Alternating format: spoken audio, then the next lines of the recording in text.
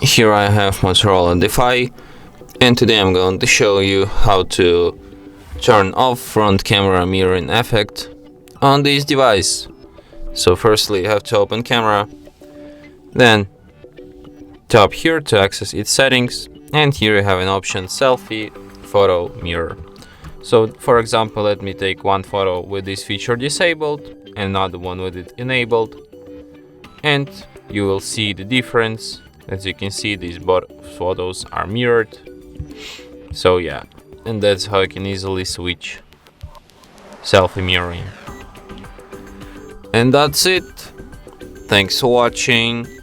If you find this tutorial useful, don't forget to hit that like button and subscribe to our channel.